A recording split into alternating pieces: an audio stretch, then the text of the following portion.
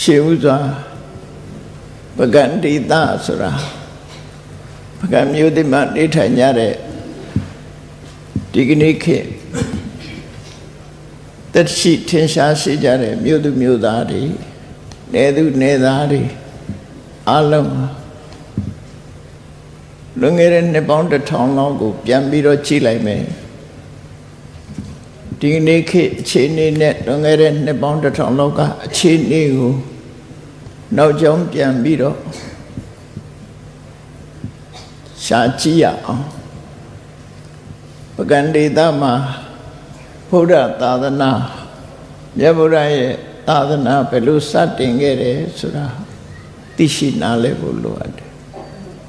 လက်ရှိအနေထားတော့လက်ရှိပကံမျိုးသူမျိုးသားတွေအလုံးကသိပြီးသားပဲဖြစ်တယ်သို့တော့တို့တွေရဲ့ဘိုးဘွားမိဘတွေဒီဒေသမှာနေထိုင်ပြီးတော့မြတ်ဗုဒ္ဓသာသနာတော်ကိုဘယ်လိုတည်ဆောက်လာခဲ့ကြတယ်ခဏအခြေအနေမှာဘယ်လိုရှိတယ်နောက်အနာဂတ်ကဘယ်လိုရှိလိမ့်မယ်ဆိုတာကိုအမှတ်တမဲ့မနေပဲနဲ့ကိုယ်ဒေသရဲ့အခြေအနေကိုသိရှိနားလည်ဖို့လိုအပ်တယ်ပေါ့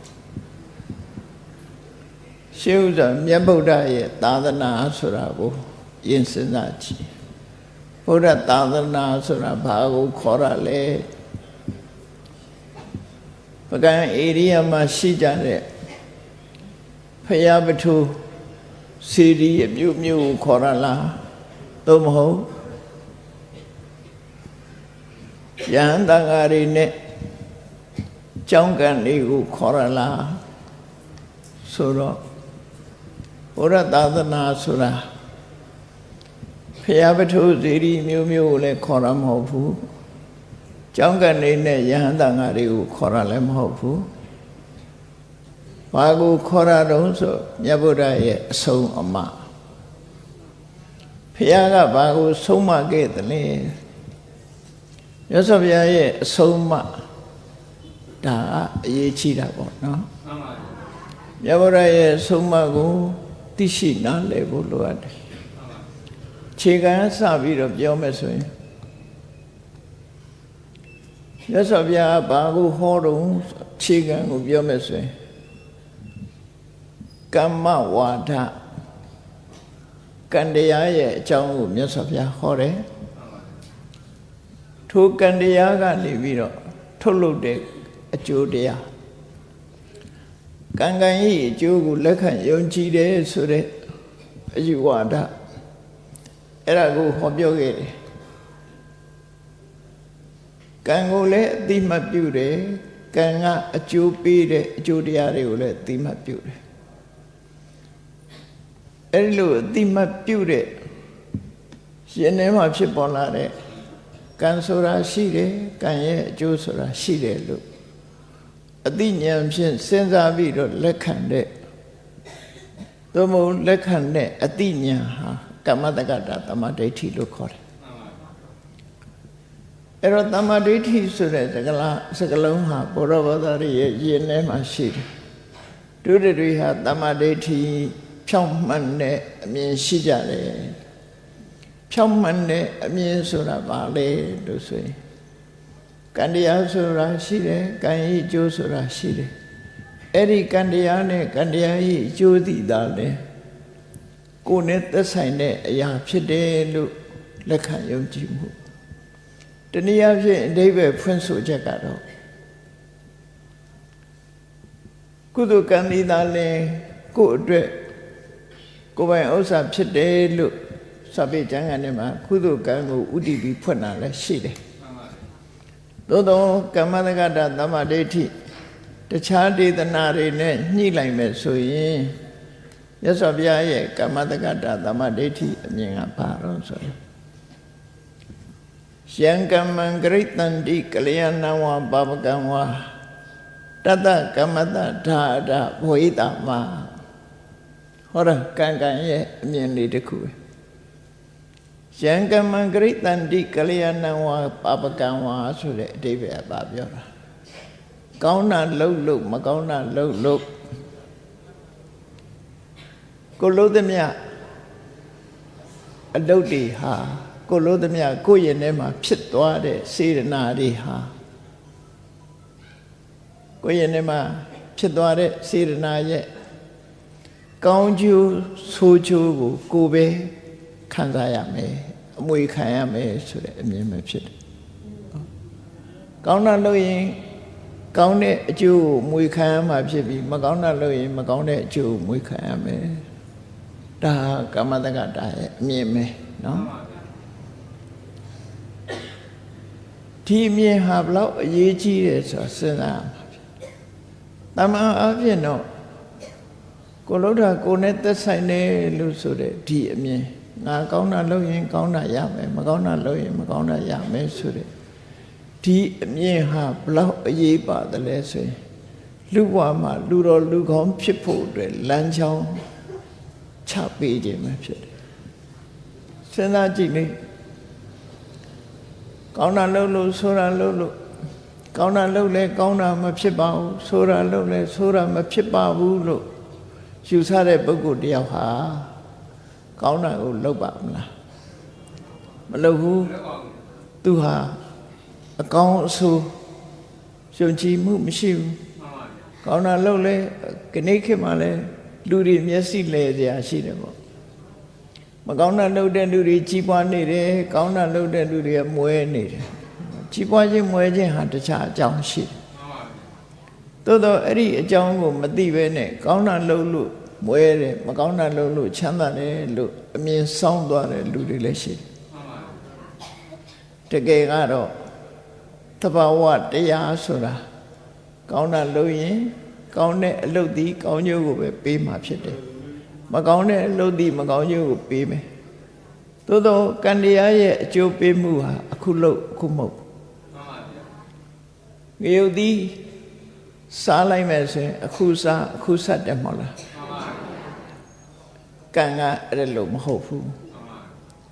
ငရုတ်ဒီနဲ့မတူဘူးထုံအိုးတဲ့အခုလက်၌လက်ဖြူသွားမယ်နော်ကတ္တရာဘုံနဲ့ခုလက်၌ခုလက်မဲသွားမယ်အဲ့ဒါနဲ့မတူဘူးကံကြတော့ဗာနဲ့တူတော့ဆိုသစ်ပင်စိုက်တာနဲ့တော့တူပြသစ်ပင်စိုက်တာကြတော့တရေပင်လေးတစ်ပင်စိုက်တဲ့ထားကနေစိုက်လက်ဖြန်ပေါက်တပတ်ခတည်းသီးစားလို့မရဘူးအချိန်တစ်ခုကိုစောင့်ရတယ်ကံတရားဟာဒီတိုင်းပဲအဲ့ဒီလိုအချိန်တစ်ခုစောင့်ပြီးတော့မှသစ်ပင်များသည့်အချိန်တန်မှအသီးသီးတယ်လို့ကံတရားဟာလည်းကိုယ်ရင်နဲ့ရောက်သွားရင်တဖြည်းဖြည်းရင့်လာပြီးတဲ့အခါမှာရှင်းကျက်လာပြီးတဲ့နောက်မှာသူကအကျိုးကိုဖြစ်ပေါ်စေတာဖြစ်တယ်ထမင်းချက်တာတောင်မှအခုချက်အခုစားလုံးဝမရသေးတာစောင့်ရအောင်မှာပေါ့အမြန်ဆုံး3မိနစ်စောင့်ဆိုတာကြားဘူးကြတယ်မဟုတ်လားနော်ထမင်းစားကြရင်တောင်မှ3မိနစ်ဆိုပြောကြသေးတယ်မဟုတ်လားအနည်းဆုံးတော့စောင့်အောင်ပါပဲအဲ့လိုကံတရားဆိုဒီမှာ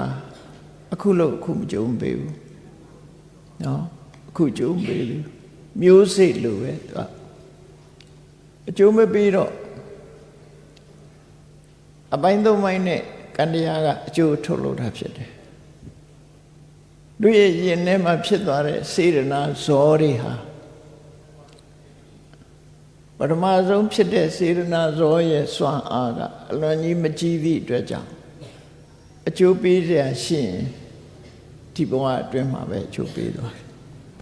အဲ့ဒါကိုဒိဋ္ဌဓမ္မဝေရဏိယကံလို့ခေါ်တယ်အဲ့ဒီတဲ့အင်အားကောင်းတဲ့တတ္တမေဇောလို့ခေါ်တယ်နောက်ဆုံးအဆင့်မှာရောက်တဲ့အင်အားပြည့်တဲ့ကံကြတော့ဒုတိယဘဝမှာကျုပ်ပေးတယ်သူစောင့်ရမယ်တည်တည်ချမ်းမဲ့ထီအောင်စောင့်အောင်သူခုချက်ချင်းကျုံပေးဘူးခုချက်ချင်းကျုပ်ပေးတဲ့ကံသည်ဘဝကြီးအပြောင်းလဲဖြစ်တော့အောင်တော့မလုပ်နိုင်အပြောင်းလဲဖြစ်တော့မလုပ်နိုင်ဒိဋ္ဌဓမ္မဝေရဏိယကံကဒီလောက်အာမကောင်းဥပပိစ္ဆဝေရဏိယကံကြတော့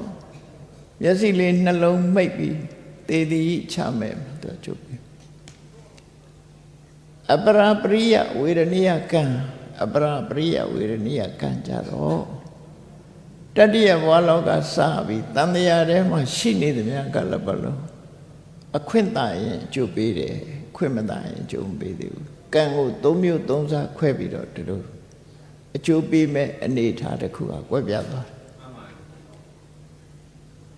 တယ်တပင်တပင်ကအသီးသီးတဲ့အခါမှာ၃မျိုးခွဲကြည့်လိုက်ပေါ့တချို့အသီးက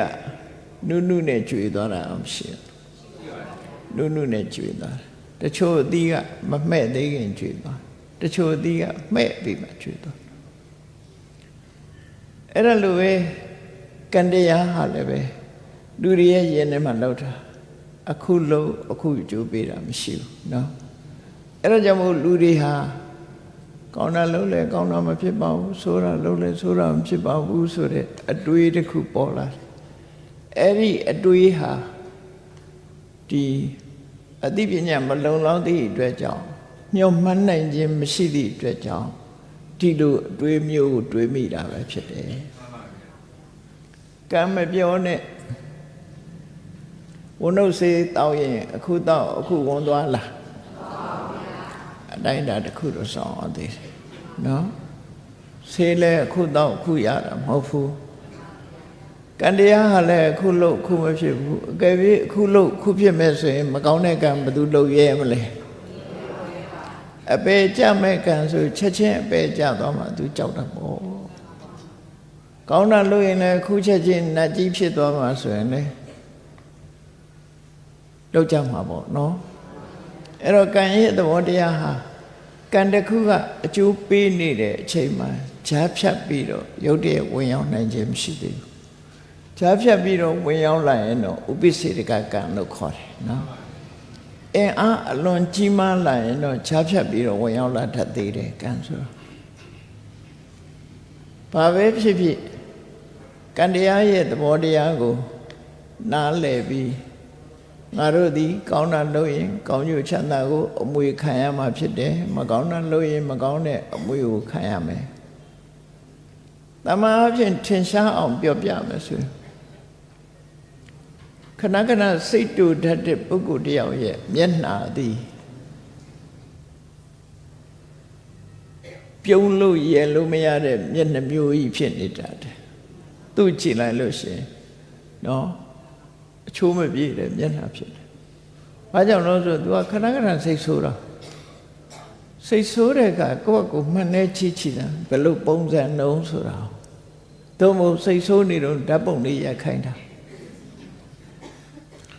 အဲ့ဒါလိုကြည့်လိုက်ရင်စိတ်ဆိုးနေတဲ့လူတယောက်ဒီရုပ်အစင်းလှပတော့လည်းပဲစုပုတ်နေတဲ့မျက်နှာကြီးကဘယ်လိုလုပ်ပြီးတော့အဆင်ပြေမလို့စိတ်ဆိုးပါများလို့ရှိရင်အဲ့ဒီမျက်နှာပုံကြီးကအကျော်တည်သွားသလိုဖြစ်ပြီးမွေးတိုင်းအဲ့ဒီမျက်နှာမျိုးကြီးနဲ့ဖြစ်တတ်တယ်ဒါကံရဲ့အကျိုးတရားပဲဒါအပေါ့ဆုံးလေးကိုပြပြနော်ပေါ့တာလေးကိုပြပြအဲ့ဒါလိုမဟုတ်ဘဲနဲ့မေတ္တာထားပြီးလူတကာနဲ့ဆက်ဆံရေးပြည့်ပြည့်တယ်ဘယ်သူပေါ်မှာမုန်းတိတဲ့စိတ်တွေမရှိဘူးမေတ္တာရှိတယ်ကျင်နာရှိတယ်ဆက်ဆံနိုင်ဟာပြုံးရွှင်တဲ့မျက်နှာရှိတယ်ဆိုတဲ့ပုဂ္ဂိုလ်ဟာဖြစ်ရဘဝမှာရှုပ်ချောတဲ့စဉ်းနာပဲဒီအရာမျိုးရဘာလို့လို့ဆိုရင် तू လောက်ကြတဲ့က तू ကပြုံးပြုံးရွှင်ရွှင်နေတာဟုတ်အဲ့ဒါထင်ရှားတာတခုပြောပြတာအခုဘဝမှာစာမသိပေမသိလေးလာဖတ်ရှုခြင်းမရှိလို့ပြင်းပြီးတော့စားစရာနေစရာဝတ်စရာလောက်တင်လုပ်ပြီးတဲ့အခါမှာအပြင်းထူနေတဲ့ပုဂ္ဂိုလ်သည်ဒီဘဝမှာလည်းဘာမှအသိဉာဏ်မရသည့်အရာဘူးနောက်ဘဝကျတော့လည်းလပိန်တုံးဆိုဖြစ်တယ်နော်ပညာမဲတဲ့ပုဂ္ဂိုလ်ဖြစ်တာဘာမှမသိတာနော်ဘာမှမသိဘူးဆိုရင်စဉ်းစားကြည့်လေပကံမျိုးမနေတဲ့လူတွေပကံသမိုင်းကိုအကုန်လုံးသိကြရဲ့လားလို့မေးချင်ဟုတ်ဘာလို့မသိတာမလေ့လာဘူးစိတ်မဝင်စားဘူးဆိုမသိဘူးဒါလေ့လာတဲ့ပုဂ္ဂိုလ်လောက်ပဲသိကြတာဖြစ်တယ်အဲ့တော့မလေ့လာပဲနေခြင်းသည်မသိခြင်းအကြောင်းတစ်ခုပဲမလေ့လာရင်မသိဘူးဆိုတဲ့အဖြေအတိုင်းပဲ ဖြစ်ရဘဝမှာမလေးလာဘူးဆိုတဲ့ပုဂ္ဂိုလ်တွေဟာအသိဉာဏ်နဲ့ပါသွားတယ်အေးလေးလာတယ်လိုက်စားတယ်ဖတ်တယ်ရှုတယ်စုံစမ်းတယ်မေးမြန်းတယ်ဆိုတဲ့ပုဂ္ဂိုလ်တွေကဉာဏ်ပညာရှိတဲ့ပုဂ္ဂိုလ်ဖြစ်တယ်ကိုလှုပ်တာကိုရတယ်ဆိုတာအဲ့ဒါပြောတာကံဆိုတာကိုလှုပ်တာကိုရတာအဲ့ဒါပြောနော်ကိုမလှုပ်ရင်တော့ဘာတစ်ခုမှရမှာမဟုတ်ဘူးကိုလုံးမကိုရအဲ့ဒီသဘောတရားကိုလက်ခံယုံကြည်တဲ့မြင်ကိုဘာခေါ်လို့ဆိုကမ္မတက္ကတာတမ္မာဒိဋ္ဌိတဲ့ဘုရားဘာသာဖြစ်ရင်အ ਨੇ ဆုံးအဲ့ဒီကံကံရဲ့ကျိုးယုံကြည်လက်ခံတဲ့ပုဂ္ဂိုလ်ဖြစ်ရကံကံရဲ့ကျိုးယုံကြည်လက်ခံတဲ့ပုဂ္ဂိုလ်မှရှေ့ကိုဆက်သွားလို့ရကံကံရဲ့ကျိုးကိုညင်းပယ်လိုက်တာနဲ့တပြိုင်နက်မြတ်စွာဘုရားဟောတဲ့ဆုံးမတရားတော်တွေနဲ့တွေ့ဖီသွားပြီသူကနော်တွေ့ဖီသွားပြီကဲစဉ်းစားကြည့်အောင်ကံကံရဲ့အကျိုးကိုလက်ခံသူနဲ့လက်မခံသူဒီနှစ်ယောက်ပဲကြည့်လက်ခံသူကဘယ်လိုစဉ်းစားလက်မခံသူကဘယ်လိုစဉ်းစားမလဲလက်မခံသူစဉ်းစားပုံလေးကိုကြည့်ကိုယ့်ဟာကိုယ်လည်းစဉ်းစားကြည့်ပေါ့ငါကံကံရဲ့အကျိုးလက်မခံဘူးဆိုရင်ဘယ်လိုလုပ်လဲအေးကောင်းတာလုပ်လဲကောင်းကျိုးမရပါဘူးမကောင်းတာလုပ်လဲကောင်းကျိုးမကောင်းတဲ့ကျိုးမရပါဘူးဒါတွေကအပိုပဲကိုလှုပ်ချင်တာလုပ်မယ်ဆိုတဲ့လူတယောက်ဟာကိုလှုပ်ချင်တာလို့ဆိုကြတဲ့ကောင်းတာလှုပ်ချင်တာနည်းတယ်မကောင်းတာလှုပ်ချင်တာများအဲ့ဒီပုဂ္ဂိုလ်ရဲ့ဘဝကိုကြည့်လိုက်မယ်ဆိုရင်အကောင်းဘက်သွားမလားအဆိုးဘက်သွားမလားအေးကံကံရဲ့ကျိုးလက်မခံဘူးဆိုကြတဲ့အဆိုးဘက်ရောက်သွားပြီသူလမ်းကြောင်းပေါ်ရောက်ဖို့မရှိတော့ဘူးသူကလက်မခံတာကောင်းတာလုပ်ဖို့မစဉ်းစားတော့အေးကံကံရဲ့ကျိုးယုံကြည်လက်ခံတဲ့ကမ္မတက္ကတာတမ္မာဒိဋ္ဌိဉာဏ်ရှိတဲ့ပုဂ္ဂိုလ်ကြတော့စဉ်းစားတယ်မကောင်းတာလုပ်ရင်ဆင်းရဲဒုက္ခရလိမ့်မယ်ကောင်းတာလုပ်မှကောင်းကျိုးချမ်းသာရတယ်လို့ဘုရားကဟောထားတယ်အေးကောင်းကျိုးဆိုးပြစ်စွာရှိတယ်ငါကဆင်းရဲဒုက္ခကိုကြောက်တယ်ကောင်းကျိုးချမ်းသာရခြင်းနဲ့ဆိုဆင်းရဲဒုက္ခကိုရစေတတ်တဲ့အကုသိုလ်တွေကိုရှောင်ပြီးတော့ချမ်းသာဒုက္ခကိုရစေနိုင်တဲ့ကုသိုလ်ကောင်းမှုတွေလုံးမပဲဆိုပြီးဟောကောင်းတဲ့အလုပ်တွေလုပ်မလာပဲဘူးလားတော့ဘုရားပဒဝင်သူတော်စင်တွေစဉ်းစားကြည့်ကုသိုလ်ကောင်းမှုတွေလုပ်နေကြတာဟာအနည်းဆုံးနောက်ဘဝချမ်းသာဖို့လူတွေပြောရရှိတယ်တို့မရှိလို့မလှူလို့မရှိဒီတန်တရားကထွက်နေမှာမဟုတ်ဘူးရှိတာလေးတော့လှူမှပဲဆိုတဲ့အတွေးလေးတွေဝင်လာကုသိုလ်ကောင်းမှုတော့လုပ်မှပဲကုသိုလ်ကောင်းမှုမလုပ်ရင်တန်တရားမှာလူဘဝနှိမ့်ချသွားလိမ့်မယ်ကုသိုလ်တော့လုပ်မှပဲဒါယုံကြည်တာပဲလေအဲ့ဒါလိုယုံကြည်လို့ကောင်းတဲ့အလုပ်တွေဟာလုပ်ဖြစ်သွားတာအဲ့တော့ရလက်အနေနဲ့ကြည့်မကောင်းဘူးလားလမ်းကြောင်းပွင့်သွားတယ်လို့ပြောအဲ့ဒါလိုမဟုတ်ဘဲနဲ့ငါတို့ဟာဘုရားသခင်ကဖန်ဆင်းလို့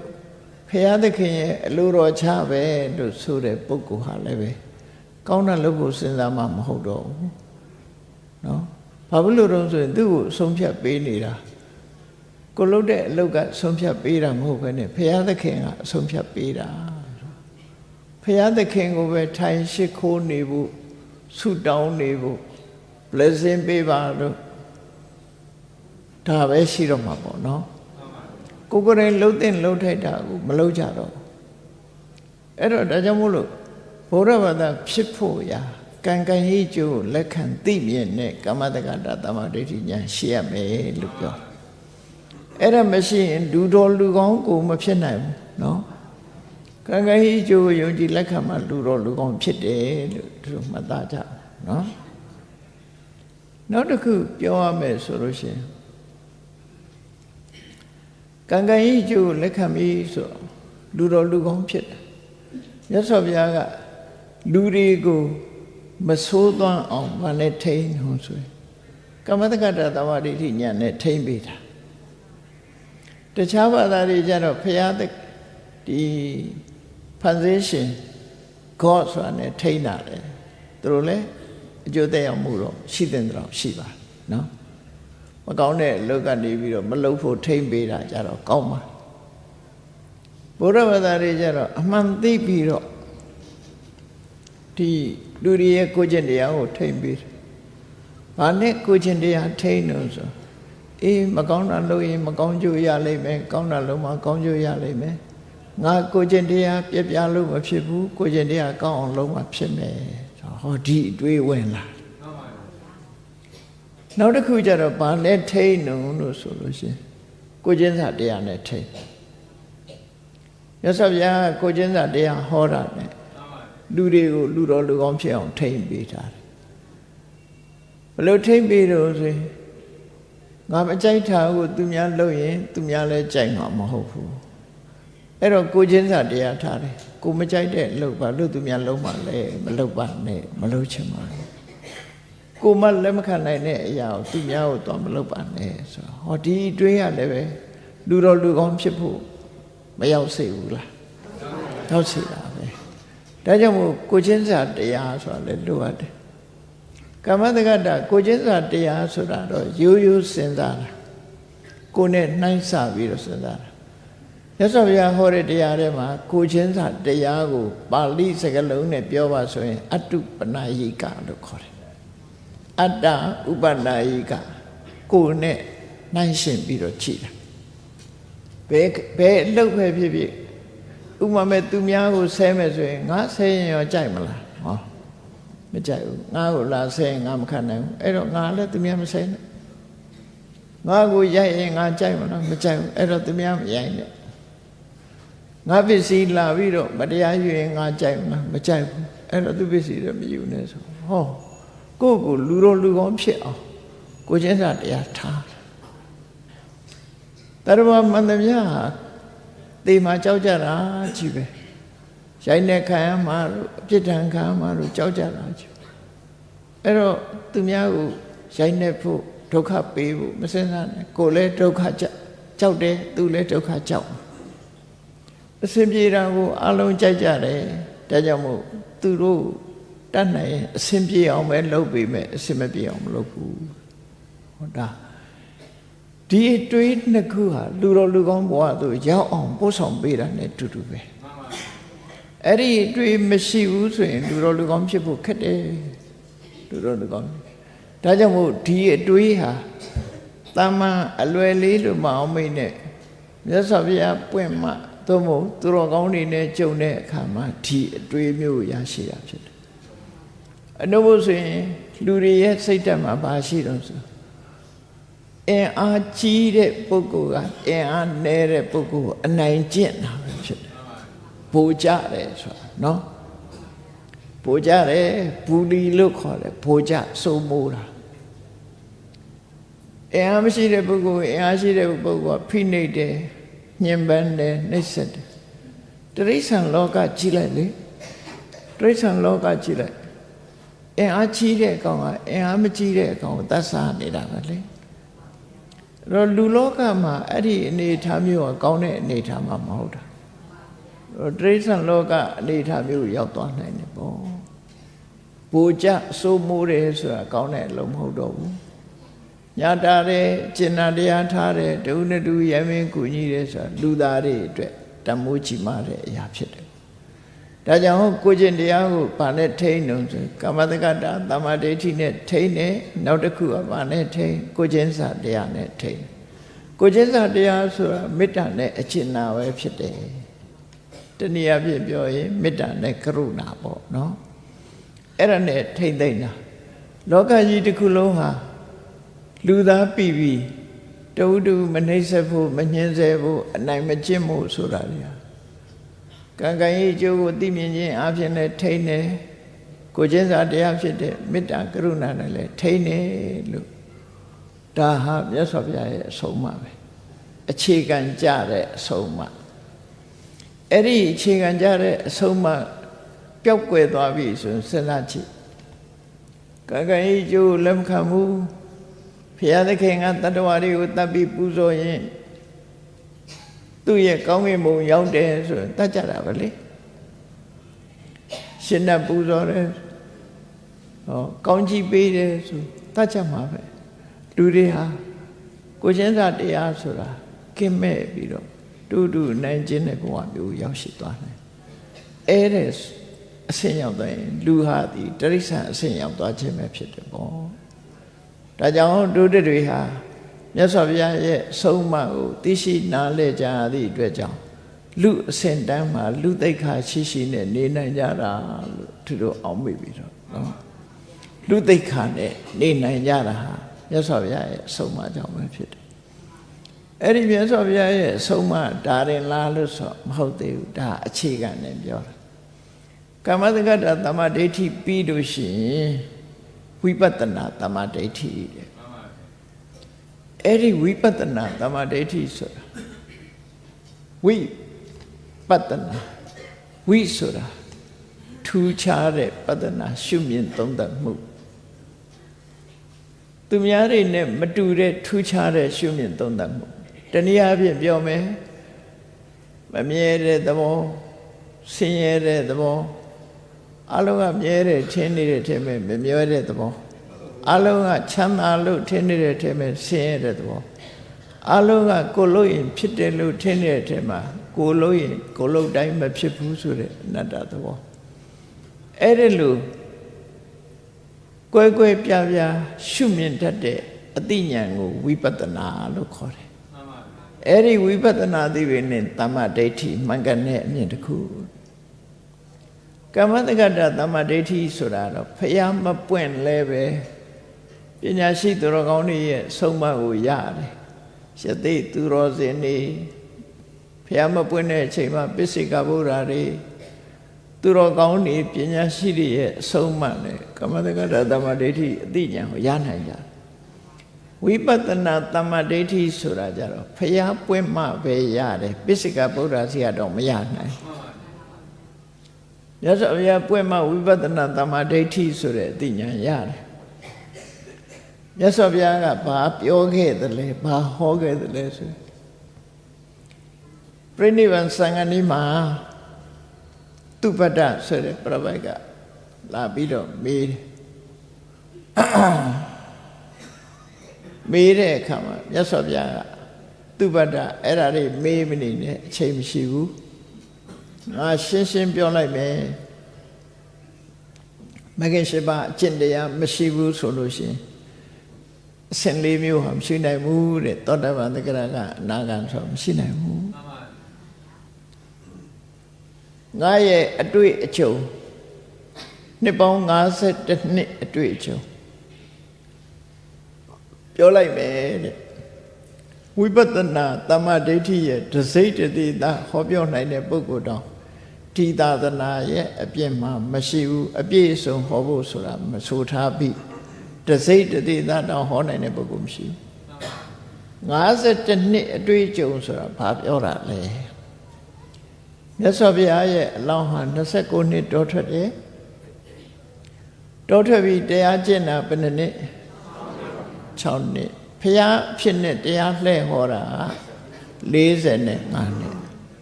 45ရဲ့6ရဲ့ပေါင်းတဲ့အခါအဲ့ဒီ52နှစ်ကိုပြောတာအဲ့ဒီ52နှစ်တရားရှာတရားဟောတဲ့အတွင်းမှာကြည့်လိုက်ရင်ဝိပဿနာတရားနဲ့ပတ်သက်ပြီးတော့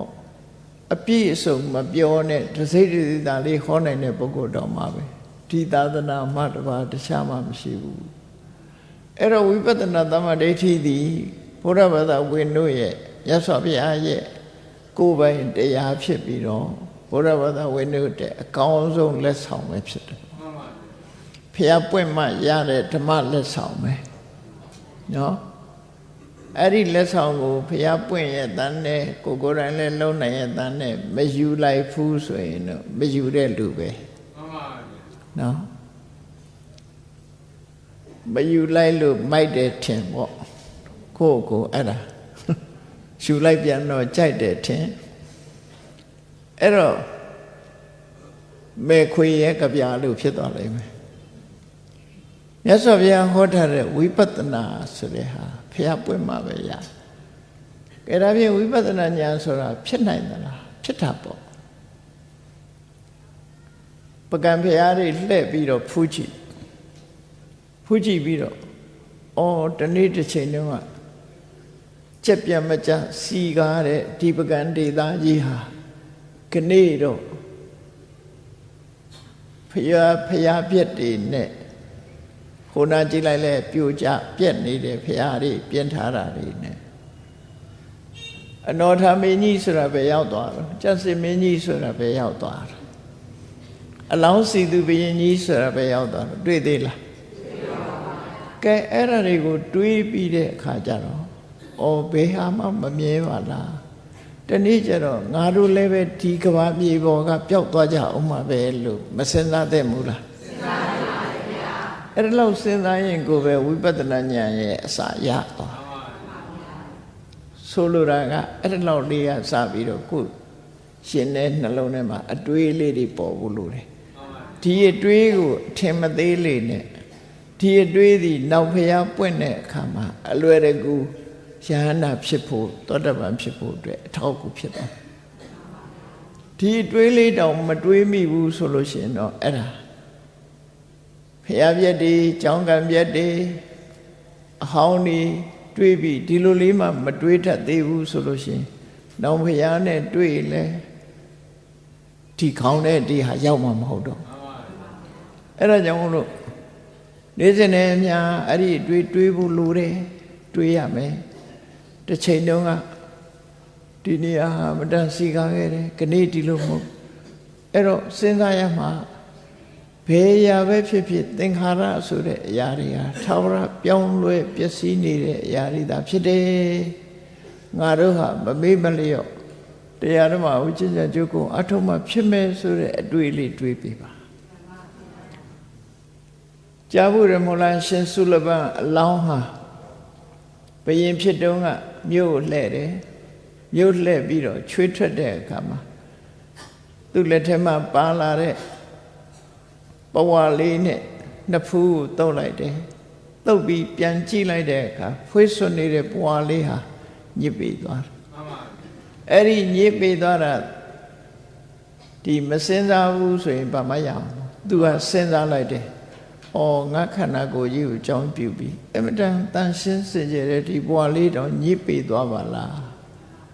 ခန္ဓာကိုယ်ကြီးကဒီလောက်မတန်ရှင်းပါလားဆိုတဲ့အတွေးလေးဟာကောရမဘုရားလက်ထက်ရောက်လာတဲ့အခါမှာပဝါပိုင်းလေးပေးပြီးတော့မြတ်စွာဘုရားရဇောဟရဏလို့ရှုခိုင်းတာနဲ့ယာနာဖြစ်သွားလေမှန်ပါဗျာအဲ့ဒီကနေအထောက်ကူပြုတယ်လို့ဒီလိုမှတ်အဲ့တော့ဝိပဿနာသမ္မာဒိဋ္ဌိဆိုတာလေးကဘယ်ရမှမမြဲဘူးဆိုတာသာဝရရွေးရှားနေတယ်နောက်ဆုံးမှာဒီပကံမျိုးရဲ့အနီးမှာဆိုရင်အေယောဒီမြစ်ကြီးစီးဆင်းနေတာတွေ့ရတယ်အဲ့တော့အေယောဒီမြစ်ကမ်းကိုသွားပြီးထိုင်ကြည့်လိုက်လို့ရှင်လဲမြစ်ရည်တွေဟာစီးနေတာမနေ့ကရေတွေရှိသေးလားဒီနေ့မနစ်ကရေတွေရောဟုတ်ကဲ့လားဟုတ်ပါဘူးဗျာပြောင်းလဲနေတယ်ဆိုတဲ့သဘောတရားကိုစဉ်းစားမိဖို့လိုအပ်တယ်ဟုတ်ပါဗျာအဲ့ဒါတွေမစဉ်းစားနဲ့အပြင်ကအာယုန်လေးယူပြီးတော့ကိုယ့်ကိုယ်လည်းပြန်စဉ်းစားလိုက်အောင်မနစ်တုန်းကငါရုပ်ဒီနေ့ငါရုပ်ကွာသွားပြီအဲ့ဒီကနေတဖြည်းဖြည်းကျင့်ကြည့်လိုက်မနေ့တုန်းကငါရုပ်ဒီကနေ့ငါရဲ့ရုပ်ခန္ဓာနန္တရားတွေခန္ဓာတွေဟာကွာသွားပြီမတူတော့အိမ်ပြန်လို့ရှိရင်အစစ်အမှန်နဲ့ပြန်နိုင်မှာမဟုတ်ဘူးကော်ပီနဲ့ပဲပြန်ရမှာဖြစ်တယ်ဟုတ်လားအိမ်ပြန်သွားလို့ရှိရင်လူတိုင်းဟာကော်ပီပဲကြံတယ်အစစ်ကရှိသေးလားရှိပါဘူးမွေးခါစားတော့ကရုပ်လေးဘယ်သူမှကြံတော့ဘူးလေအဲ့ဒါမူရင်းပဲအဲ့ဒီမူရင်းမကြံဘူးအခုကကော်ပီကပြောင်းလာတာတနေ့ပြီးတနေ့တရက်ပြီးတရက်နိုင်ပိုင်းနဲ့ပြောင်းနေတဲ့ကော်ပီတွေအချိန်နီးရင်တော့မှတ်မိသေးတယ်တော်တော်လေးกว่า10နှစ်အနည်း20ကြာမှပြန်တွေးရင်ကိုဘသူပါဟိုကလည်းပဲဘသူပါဆိုတာပြောယူမှပဲမှတ်မိကြတော့မှာမဟုတ်လားအဲ့ဒါကြောင့်မလို့ရွေးနေတာဟာ ချက်ချင်းကြီးရွေ့သွားတာမဟုတ်ဘူးတနေ့ပြီးတနေ့တစ်စက္ကန့်ပြီးတစ်စက္ကန့်ရွေ့ပြောင်းလဲနေတဲ့သဘောလေးကိုတခဏလေးပဲဖြစ်ဖြစ်ကိုယ့်အိမ်မှာကိုနေရင်ကနေပြီးတော့စဉ်းစားပါအဲ့ဒါဝိပဿနာဉာဏ်တဲ့အခြေခံပဲလို့သူတို့ဆိုလို့ဝိပဿနာရဲ့ဉာဏ်အခြေခံလေးဝိပဿနာသမ္မာဒိဋ္ဌိလေးဖြစ်ပြီးမမြဲဘူးဆိုတာတွေသိရင်ဒီလောက်သိလိုက်တာနဲ့ဘယ်လောက်ထိအောင်အကျိုးသက်ရောက်မှုရှိသွားတော့ဆိုရင်ပစ္စည်းပေါ်မှာတွေ့တာမှုလူတွေပေါ်မှာတွေ့တာမှုရောကြသွားတယ်နော်တွေ့တာမှုရောကြသွားတာနဲ့တပြိုင်နက်ရင်ထဲကတောကလည်းရောကြသွားတယ်အပြီးသက်မချေမုန်းနိုင်သေးရင်မဖြုတ်နိုင်သေးရင်ရှော့ချဖို့တော့လိုအပ်တယ်လို့ဆိုမရှော့နိုင်လို့ရှိရင်လူတွေမှာဘာဖြစ်တော့ဆိုတောကတွေရှိတယ်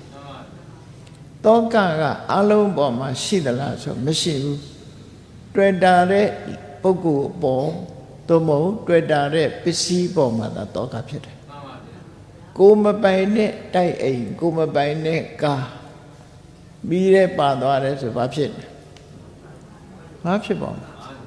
ကိုပစ္စည်းမဟုတ်ရင်ဘာမှဖြစ်ကြဘူးမဟုတ်လားလူလဲကိုမသိတဲ့လူတယောက်သိသွားရင်ဘာဖြစ်လဲဘာဖြစ်ဘူးတနာပါတယ်တော့ပြောခြင်းပြောမယ်ဒါပေမဲ့မတုံလို့ဘူးလေကိုဆွေတဲ့မျိုးတွေကဆိုရင်ဘလို့ဖြစ်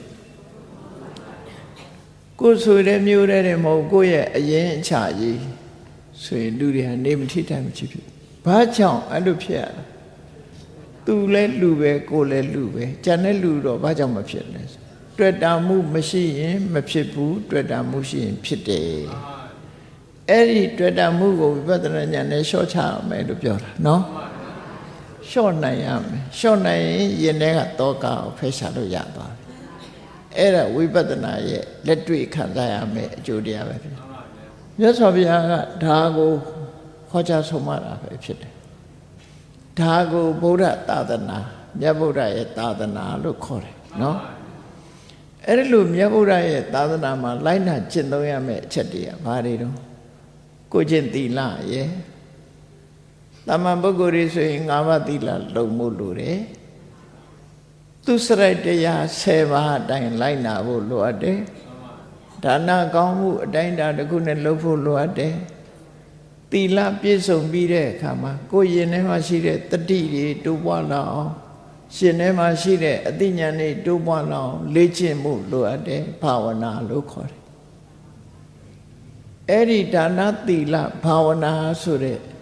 လုပ်ငန်းစဉ်300မြတ်စွာဘုရားရဲ့အဆုံးအမတရားပဲဖြစ်တယ်ပေါ့ကို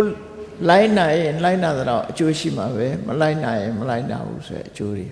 ပြက်ပြမှာပဲပေါ့နော်မလိုက်နာရင်အကျိုးမရှိဘူးလိုက်နာမှအကျိုးရှိတယ်ဘယ်ရာပဲဖြစ်ဖြစ်ဆေးမတော့ဘဲနဲ့ယောဂပျောက်တဲ့ဆိုရှိလားရှိပါဘူးယောဂဖြစ်နေတဲ့ပုဂ္ဂိုလ်တယောက်ဟာဆေးတောင်းအောင်မှဖြစ်တယ်ဆေးကသာယောဂပျောက်စေတယ်ထို့တူပဲရသော်ဘုရားရဲ့အဆုံးအမတရားကိုလိုက်နာကျင့်သုံးမှုမပြုဘဲနဲ့ကောင်းကျိုးချမ်းသာရဖို့ဆိုတာမလွယ်ဘူးလေအဲ့ဒါကိုသတိထားပြီးတော့မြတ်ဗုဒ္ဓရဲ့သာသနာပကံတိတမှာမြတ်ဗုဒ္ဓရဲ့သာသနာသို့မဟုတ်မြတ်ဗုဒ္ဓသာသနာနဲ့ပကံတိတလွန်ခဲ့တဲ့နှစ်ပေါင်း1000ကျော်ရဲ့ဟိုဘက်ကိုကြည့်လိုက်အခုလိုကမ္မတက္ကတာသမ္မာဒိဋ္ဌိတို့ဝိပဿနာသမ္မာဒိဋ္ဌိဆိုတာမကြဘူးသေးဘူးပကံဧရိယာမှာရှိကြတဲ့လူတွေမကြသေးဘူးမကြဘူးသေးဘူးလို့ပြောနော်မကြဘူးသေးဘူးအဲ့ဒီလိုနဲ့ဘဝတစ်ခုကိုစပြုတ်လာခဲ့ကြတယ်ဘသူရဲ့ကျေးဇူးနဲ့ပကံဒေသကလူတွေဟာမြတ်စွာဘုရားရဲ့သာသနာဆုံးမတွေကိုသိရှိခွင့်ရကြသလဲဆိုရင်ထင်ရှားတာကိုပြောမယ်တခြားပုဂ္ဂိုလ်တွေလည်းရှိနိုင်တယ်ပေါ့နော်အနိရုဒ္ဓထေဝလို့ခေါ်တဲ့သို့မဟုတ်အနုရုဒ္ဓလို့ခေါ်တဲ့အနောထမင်းကြီးရဲ့ခြေဆုပဲလို့ဒီနေရာကိုရှေးရခင်ကပုခါရမဆိုတဲ့နာမည်နဲ့ခေါ်ခဲ့တာဖြစ်တယ်ပုခါရမမြို့တော်ကိုအရိမတ္တနာ ရှမ်းသူတွေကိုနှိမ်နှင်းရဖြစ်တဲ့မြို့ဆိုပြီးတော့အဲ့တော့ဒီအနောထာမင်းကြီးမပေါ်ခင်ကဒီဒေသမှာမှန်ကန်တဲ့တရားတော်မှာမျိုးစေ့ဟာမရှိဘူးအဓမ္မကိုဓမ္မလို့လုပ်ပြီးတော့ဟောပြောနေကြတယ်ဓမ္မကိုအဓမ္မလို့လုပ်ပြီးတော့ဟောပြောနေကြတယ်မနှမ်းရဆိုရင်ရပြောရမယ်ဆိုလို့ရှိရင်ဒီအနောထာဘုရင်ကြီးဟာပထမတုန်းကအနောထာဘုရင်ရဲ့ရှေ့မှာနန်းတက်တာကသူ့ရဲ့အကိုပေါ့အကိုလည်းတော်မယ်ပေါ့စုကတိဆိုတဲ့မင်းနန်းတက်တာဖြစ်တယ်နော်စုကတိမင်းကြီးရဲ့အမှုတော်ကိုသူထမ်းတဲ့အချိန်တုန်းကဒီနာကပကံပတ်ဝန်းကျင်မှာသူ့မုံတရစ်ဘုရင်တည်ထားခဲ့တဲ့ရွာကြီး16ရွာရှိတယ်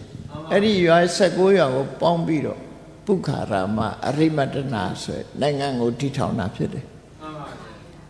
အဲ့ဒီ16ရွာထဲမှာအနုရာဓဆိုတဲ့ရွာရှိတယ်အနောထာမင်းသားဟာအနောထာလို့မခေါ်သေးခင်ကအဲ့ဒီချိန်မှာအနုရာဓရွာကိုအပိုင်စားရတဲ့မေမှုတံမဖြစ်ခဲ့တယ်စုကတိရဲ့အမှုကိုထမ်းရတယ်နောက်ပိုင်းရောက်တဲ့အခါကျတော့စုကတိနဲ့သူနဲ့စိန်ခေါ်ကြတယ်ပေါ့နော်ပကံသမိုင်းမှာပြောမယ်ဆိုစိန်ခေါ်တယ်အဲ့ဒီခေတ်ကလူစွမ်းကောင်းခေတ်ဆိုတော့ဘာလို့ကြမလဲမြင်းနဲ့စီးချင်းထိုးပဲစီးချင်းထိုးတယ်ဆိုတာအသေးတတ်တာအပျော်လောက်တာမဟုတ်ဘူးနိုင်တဲ့လူကရှုံးတဲ့လူကိုအသေးတတ်မှာပဲစုကတိနဲ့အနောရထမြင်းကဘာချောင်းပေးမှာမြင်းစီးပြီးတော့တုံးနဲ့တူလက်စွမ်းကိုပြကြတယ်ပထမစုကတိကမြင်းစီးပြီးတော့အကွက်ချောင်းပြီးတော့အနောရထကိုလှန်နဲ့ထိုးလိုက်တယ်ထိုးလိုက်တော့သူလှန်ချက်ကိုမထိပဲနဲ့မြင်းကကိုသွားထိသွားတယ်အဲ့ဒီမှာအနောရထကထိခါတော့နောက်တော့လှည့်ပြီးပြီသူ့လှည့်ပဲခဏအောင်ခံဆိုပြီးတော့မြင်းကိုလှည့်ပတ်စီးပြီးစုကတိကိုလှန်နဲ့ထိုးချလိုက်တဲ့အခါကျတကယ်ချက်ကောင်းကိုထိသွားတော့စုကတိရောမြင်းရောချောင်းထဲကိုကြပြီးတော့မျောပါသွားတယ်အဲ့ဒါဟာပကံရဲ့အစလို့ပြောခြင်းပြောလို့ရတယ်ပေါ့အဲ့ဒီကစပြီးတော့အဲ့ဒီချောင်းကိုလည်းပဲမြင်းကပါချောင်းမြင်းရောကရောပါသွားလို့မြင်းကပါချောင်းလို့ခေါ်တယ်လို့ဒီလိုလဲဆိုကြတယ်ပေါ့နော်အဲ့ဒီကနေပြီးအနောယထာဘုရင်ဆိုတာဖြစ်လာတာပဲရှေးခင်ကအနောယထာဘုရင်ဆိုတာမရှိသေးဘူးစုတ်တေးကိုအနိုင်တိုက်ပြီးတော့ဒီမျိုးပြကိုအုပ်ချုပ်တဲ့အခါမှာသူ့ရဲ့ညံစွမ်းညံစားနဲ့အစွမ်းတကူတွေတာထားလိုက်ပါသူ့ရဲ့လက်ရည်လက်သွေးရဲ့အသိဉာဏ်နဲ့သူကအုပ်ချုပ်တယ်ရာဇဝင်ထဲမှာတော့အထင်ကြီးအောင်တော့ဖမဘုရင်နေဟိုရင်တရားမင်းကဘာဆက်တယ်ညာဆက်တယ်အဲ့ဒါတွေတာထားတယ်တရားကိုထဲ့မပြောနဲ့တော့ဈေးကြီးနေတရားကိုထဲ့မပြောနဲ့တို့ရဲ့လူရဲ့အရေးချင်းတွေကရှိတယ်တမန်အရေးချင်းတွေရှိတာပဲเนาะအဲ့ဒီတမန်အရေးချင်းတွေက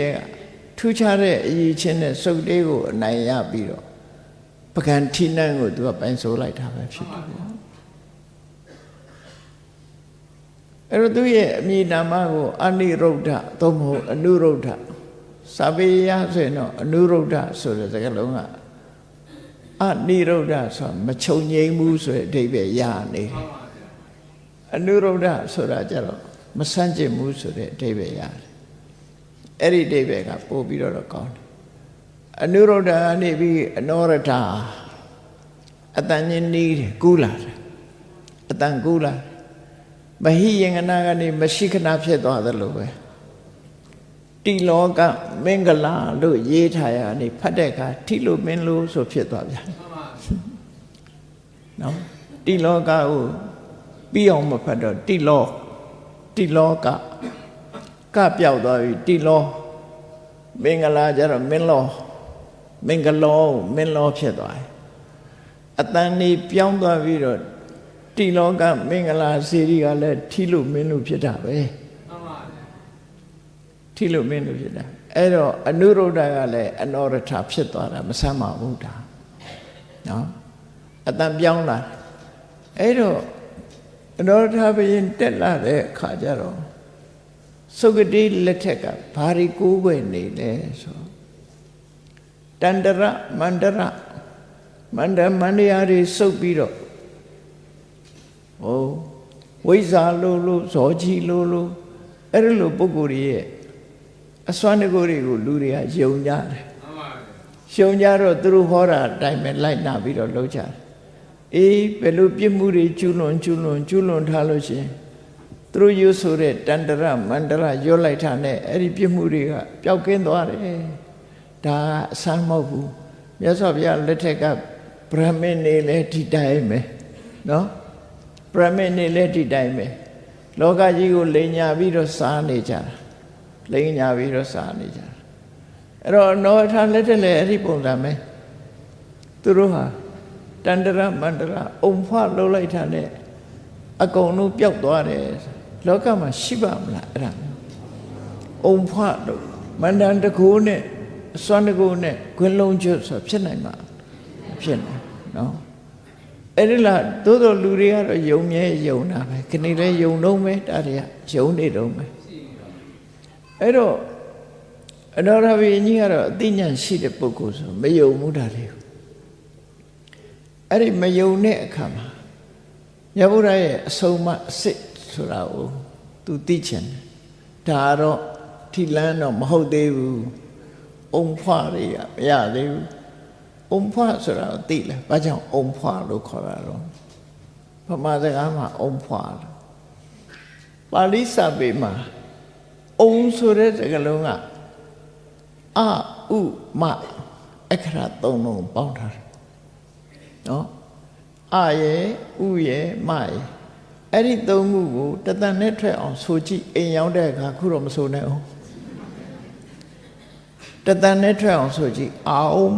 ဖြစ်သွားရနော်အဥမကြတော့ပစပိတ်အောင်ဟောအဲ့ဒါကဟိန္ဒူတွေကရွတ်ဖတ်တဲ့သူတို့ကိုးကွယ်တဲ့ဘုရားသုံးစုကိုရည်ညွှန်းပြီးတော့ရွတ်ဖတ်တာအာကဗြဟ္မာဥကဗိရှနုမကတိဝရှိပံအဲ့ဒီသုံးခုကိုရည်စူးပြီးအုံလို့ရွတ်တာဘုရားဘာသာနဲ့မဆိုင်ဘူးဒါသွားရွတ်ဆရာမလို့အုံဆိုပြီးတော့မန္တနေရွတ်တဲ့အခါမှာရှေ့ကထားပြီးတော့ရွတ်တယ်ဒီဘက်မှာအုံမဏိပတမေဟုံဆိုတာလေရှိသလိုပဲအဲ့ဒီအုံခံပြီးတော့နောက်ကဖွာဆိုတာတကယ်ကတော့ဖွာမဟုတ်ဘူးမန္တန်ရွတ်ပြီးတဲ့အခါမှာကလေးလေးတွေမတော်တဆနာသွားရင်လူကြီးတွေကဘာလုပ်ကြတာပုတ်ပေးပြီးတော့ဖွာလောက်ကြတာဒီရက်တော့ပြောရဘူးဖုန်းလို့စီတော့အဲ့လိုပဲကလေးလေးပုတ်ပြီးဟဲ့ဖွာကျဉ်တ်သွားအမှန်ဖွာလှုပ်လို့ပြတ်သွားမဟုတ်သူချိန်တန်လို့ပျောက်သွားနော်လူကြီးကနေပုတ်ပေးပြီးတော့ဟဲ့ဖွာလှုပ်လိုက်ရင်ပျောက်သွားအဲ့ဒါလိုပဲပါဠိစာပေမှာဖုဓမ္မကမန္တန်လို့ဆိုတာရှိတယ်မန္တန်ရွတ်ပြီးတဲ့အခါမှာဖူးဆိုပြီးတော့မှုတ်လိုက်ရတယ်နော်အဲ့ဒီဖုဓမ္မကမန္တန်ကနေဖုကနေဖွာဖြစ်သွားတာအုံဖွာဆိုလားအုံကအစဖွာကအဆုံးပဲအုံလို့ရွတ်ပြီးတော့နောက်ကဖူးလို့မှုတ်လိုက်တယ်အဲ့ဒီကနေကူးဆက်လာနောက်တစ်ခုကူးဆက်ပုံပြောအောင်မယ်မန္တန်နေလေးလာလိုက်စားတဲ့ပုဂ္ဂိုလ်တွေတွေ့ဘူးကြလိမ့်မယ်မန္တန်နေရွတ်ပြီးနောက်ပိုင်းမှာဆွာဟာဆိုတဲ့စကားလုံးကိုဆက်ရွတ်တယ်နောက်ဆုံးဆွာဟာဆိုတာကောင်းကျိုးချမ်းသာနဲ့ပြည့်စုံပါစေကောင်းကျိုးချမ်းသာတွေဖြစ်ပါစေလို့အဓိပ္ပာယ်ရှိတယ်ဗမာတွေကတော့အဲ့ဒီအဓိပ္ပာယ်မသိဘဲနဲ့မန္တန်ကျက်ပြီးရွတ်တဲ့ကသွားဟာဆိုမောင်းချတာဖြစ်သွားဆွာဟာကနေသွားဟာဖြစ်သွားတယ်သွားဟာဆိုမောင်းတွန်တာဖြစ်သွားရော ကောင်းကျိုးချမ်းသာတွေမလာနဲ့ပြေးတော့ဆိုတဲ့အဓိပ္ပာယ်ဖြစ်တယ်လွယ်တိလွယ်ချော်တွေဖြစ်နေတာကိုပြောပြတာဘာမသိညာမသိနဲ့ရှောက်မရွတ်ကြနဲ့ဘာမသိညာမသိနဲ့ရှောက်မရွတ်နဲ့ပြိတ္တိပဲရွတ်ဘုရားဟောတဲ့ဟာမှအစစ်မှန်ဖြစ်သေးတယ်နော်အဲ့ဒါလို့မမမကန်နေနဲ့ပကံဒေသမှာဘုရားသာသနာအစစ်မရောက်ဖဲနဲ့မိမ့်မိန်နေတဲ့အချိန်လေးမှာတောရက်ထဲမှာလှည့်လှည့်သွားတဲ့မုတ်ဆိုးတယောက်ကတထုံကကြွလာတဲ့ရဟန်းတော်လေးတစ်ပါးကိုနန်းတော်ပင့်လာခဲ့တယ်ရှင်ဓမ္မတတိဆိုတဲ့ကိုတော်လေးကြီးညိုစရာကောင်းတယ်ဟိုးတထုံကနေပြီးတော့ဒီဘက်ကိုကြွလာဘုရင်ကြီးစီပို့လိုက်ဘုရင်ကလူကဲခတ်ကောင်းတယ်ချိလိုက်တာနဲ့ပဲဒီပုဂ္ဂိုလ်ဟာသူတော်ကောင်းပဲမြတ်စွာဘုရားရဲ့အဆုံးအမတွေကိုဟောပြောနိုင်မှာပဲဆိုသူသိကျင်တာတွေမေးတဲ့အခါမှာဖြေပြနောက်ဆုံးမှသူ့ကိုဘုရားဟောတဲ့တရားတစ်ပုဒ်ခေါ်ပါဆိုတော့သူကဟောလိုက်တယ်အပမတောအမတပဒံပမတောမစ္ဆုနောပဒံအပမတ္တနမယန္တိယေပမတ္တယထာမတ္တမမေ့မလျော့နေတဲ့ပုဂ္ဂိုလ်ဟာနိဗ္ဗာန်ရကြောင်းအပမာဒဆိုတဲ့မမေ့မလျော့နေတဲ့တတိဟာနိဗ္ဗာန်ရကြောင်းတရားဖြစ်တယ်ပမာတော့မစ္ဆုတော့မေ့လျော့ရမှုနေတဲ့ပုဂ္ဂိုလ်ဟာဖန်တယ်လဲသိရခြင်းအကြောင်းပဲဖြစ်တယ်အပမတ္တနမယန္တိမမေ့မလျော့ကျင့်ကြံကြိုးကုပ်အထုတ်တဲ့ပုဂ္ဂိုလ်တွေကနိဗ္ဗာန်ရောက်ပြီးဘယ်တော့မှမသိရတော့ဘူးရှေပမတ္တယထာတာမေ့လျော့တဲ့ပုဂ္ဂိုလ်တွေကတော့ဘာမှမထူးလူသေးနဲ့အလားသဏ္ဍာန်တူတယ်အဲ့ဒီတော့ကိုယ့်ရဲ့ဘဝမေ့လျော့ပြီးတော့မနေရဘူးကဲမေ့လျော့တယ်ဆိုတာကိုကတမန်အဖြစ်စဉ်းစားရင်ငါတို့မမေ့ပါဘူးအိမ်ပြန်ရင်ထမင်းစားရအောင်မှာထမင်းချက်ရအောင်မှာမမေ့ဘူးလို့အဲ့ဒါမျိုးပြောတာမဟုတ်ဘူးခုနပြောတာလို့ငါတရားပွဲကပြန်လို့ရှိရင်တရားပွဲသွားတော့ကရုပ်တည်မရှိတော့ဘူးအခုကကော်ပီနဲ့ပြန်လာတယ်ဆိုတာအဲ့ဒါလို့သိရင်တော့မမေ့ဘူးလို့ခေါ်တယ်မနေ့ကရုပ်တည်ငါမှမရှိတော့ဘူးဒီကနေ့ရုပ်တည်ဟာအတ္တိအခုပြောနေတဲ့ရုပ်တည်ကလည်းပဲအဟောင်းဖြစ်သွားပြီအကြရင်ပြောင်းလဲသွားပြီထာဝရမြေကြီးကစီးနေတယ်လို့ဒုက္ခနာကိုမှရှိတဲ့ရုပ်တည်နံတွေကလည်းပြောင်းလဲနေတာပါလားလို့သိလိုက်တာမမေ့တာလို့ခေါ်တယ်ကုသိုလ်ကောင်းမှုလုပ်ဖို့မမေ့ဘူးဒါနကောင်းမှုသီလဆောက်တည်ဖို့ကမ္မဋ္ဌာန်းဘာဝနာပွားဖို့မမေ့ဘူးဆိုမှမမေ့တာလို့ခေါ်တယ်အဲ့ဒီလိုမမေ့မှနိဗ္ဗာန်ရောက်ကြောင်းတရားဖြစ်တယ်မေ့နေလို့ရှိရင်နိဗ္ဗာန်ရောက်ဖို့မဖြစ်နိုင်ဘူးတန်တရားထဲမှာပဲအဖန်တလဲနဲ့သိရတဲ့အနေအထားမျိုးရောက်တယ်အဲ့ဒါလေးကိုဟောလိုက်တော့အနောရဘုရင်ကြီးကသဘောကျပါဓမ္မတရားအစစ်ဆိုပြီးတော့သူနဲ့လက်တွဲပြီးသာသနာပြုဖို့ဒီပုဂ္ဂိုလ်လေးကိုဖိတ်တယ်နောက်တော့မြတ်စွာဘုရားဟောတဲ့တရားတော်တွေဘယ်မှာရှိသလဲဆိုဘယ်လောက်ရှိသလဲဆိုရှင်းပြတယ်မြတ်စွာဘုရားဟောတဲ့တရားတော်တွေဟာဝိနည်းက9ကျမ်းရှိတယ်သုတ်တန်နိကေ9ရက်ရှိတယ်ပိဋက3ပုံရှိတယ်3ဝိနည်းဝိဓမ္မနိကေ9ပြဓမ္မခဏပေါင်း8400ရှိတယ်အဲ့ဒါတွေဘယ်မှာရနိုင်လို့ဆိုတထုံမှာရှိတယ်နော်တထုံမှာရှိတယ်ဆိုတထုံသွားတောင်းတထုံကနေပြီးတော့ပိဋကတိအစုံ30ကျော်ရှိတယ်အဲ့ဒီကနေပြီးတော့ပိဋကတော်ရီရောစာပေကျမ်းကတဆွမ်းတဲ့ပုဂ္ဂိုလ်တွေရောပကံကိုပင့်လာခဲ့တာအဲ့ဒီမှာ2ဝါဒရှိတယ်အနောရဘုရင်ကသွားပြီးတော့စစ်တိုက်ပြီးတော့အနိုင်ကျင့်ယူခဲ့တယ်ဆိုတာလည်းရှိတယ်သို့တော့ဆရာကြီးနိုင်ပန်းလာကအဲ့ဒီဟာကိုသူမယုံကြည်ဘူးတဲ့နော်မယုံကြည်ဘူးအဲ့ဒါလို့နိုင်ကျင့်ပြီးတော့ယူတာမဟုတ်ဘူးအဲ့ဒီအချိန်မှာမနုဟာဘုရင်ကြီးကအင်အားနည်းနေတဲ့အချိန်ဂျွန်စစ်တီတွေကမကြာခဏလာတိုက်လို့အင်အားနည်းနေဒါကြောင့်မို့အနောထာစီရင်ကလည်းစစ်ကူတောင်းမှုတယ်တထုံသာသနာဟာဂျွန်စစ်တီတွေဟိန္ဒူဝါဒ ကြီးစိုးနေတဲ့ဂျွန်းစစ်တီတွေဟာမကြာခဏဝင်းဝင်တိုက်သည့်အတွက်ကြောင့်တထုံမှာရှိတဲ့ဗုဒ္ဓသာသနာဟာစိုးရိမ်ကြဖြစ်နေတယ်။ဒါကြောင့်မို့ပကံရွှေ့တာကောင်းတယ်ဆိုပြီးတော့ဘာကြောင့်တော့သူကအကြောင်းပြထားတယ်မနုဟာဖရာနာမှာနန်းဖရာဆိုတာရှိတယ်တဲ့ဘုန်းကြီးတော့သိချာမသိဘူး။နန်းဖရာဆိုတာမနုဟာဘုရင်ကြီးကိုတည်တည်ချာချာနန်းတော်နဲ့ဆောက်ပြီးတော့ပြုစုထားအဲ့တော့မနုဟာဘုရင်ကိုနိုင်ကျင့်ပြီးတော့ပိဋကသုံးဖို့ယူတယ်ဆိုတာသူကလက်မခံအဲ့ဒါဆောင်းမဖတ်ရတယ်နော်ဒါတော့သမိုင်းဆိုတာတော့အဲ့ဒီခေတ်ကမိခဲ့တဲ့လူတွေပဲသိမှာပေါ့နော်ဖြစ်နိုင်တာတွေကတော့ဖြစ်နိုင်အဲ့ဒါလို့တထုံကပိဋကတွေကုံယူလာတဲ့စတ္တပိဋကပုဂ္ဂိုလ်တွေယူလာပြီးတော့သာသနာတော်ကိုအနောထဘုရင်ကြီးကချီးမြှောက်လိုက်တာပကံတိသပရိယတိစာပေတကြွတဲ့ပုဂ္ဂိုလ်တွေနဲ့လွှမ်းသွားတယ်ဘလောက်ထိအောင်လွှမ်းသွားတော့ဆိုရင်ပါဠိစာပေမှာတီဟိုဘုန်းကြီးတွေကလက်ဖြားခါလောက်အောင်ပါဠိအရေးသားကျမ်းတွေပေါ်ထွက်ခဲ့တယ်ကာရိကာဆိုတဲ့ခါထာတွေနဲ့ရေးတဲ့သရာကျမ်း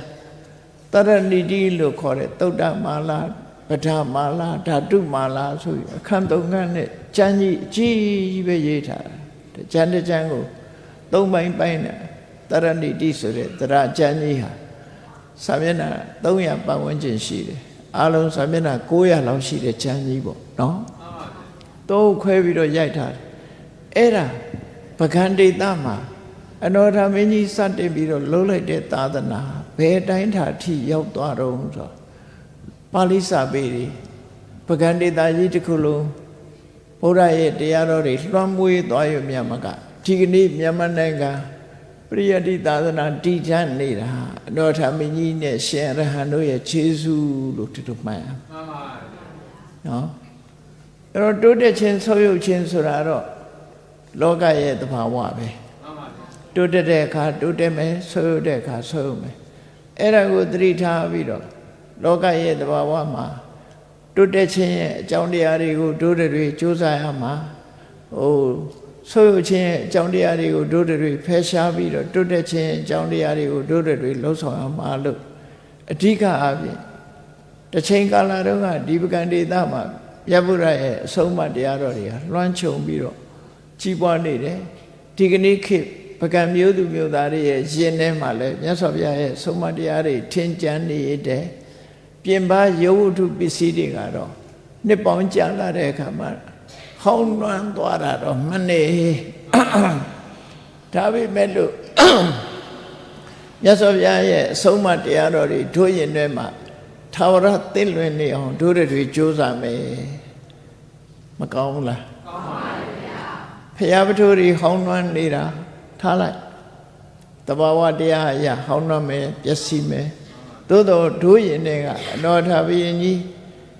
ရှင်ရဟန်းတို့တိဆောက်သွားတဲ့မြတ်ဗုဒ္ဓရဲ့ဆုံးမသာသနာတော်တွေဟောင်းနှွမ်းမသွားအောင်ပြိုကျမသွားအောင်ဘသူတွေလုံးဝမှာတော့ဆိုတို့တွေလုံးဝမှာပဲ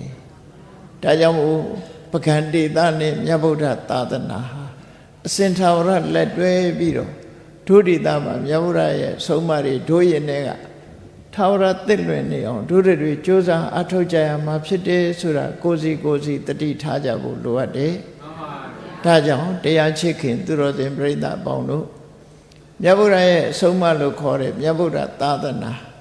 ပကံဒေသမှာနောထဘုရင်ကြီးရဲ့ကျေးဇူးနဲ့ရရှိထားတဲ့အတိုင်းဘုရားသာသနာရဲ့သင်္ကေတများဖြစ်တဲ့အဆောက်အဦတွေဟောင်းနှွမ်းသွားတော့လဲရှင်ထဲမှာရှိတဲ့ဘုရားရဲ့အဆုံးအမအတိတွေတို့တွေထာဝရသစ်လွင်နေအောင်ကြိုးစားအထောက်ကြမယ်လို့ကိုယ်စီတတိထားပြီး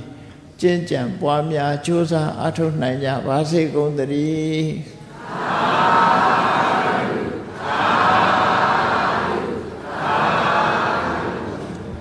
မေတ္တာပို့ရအောင်တတဝများစွာ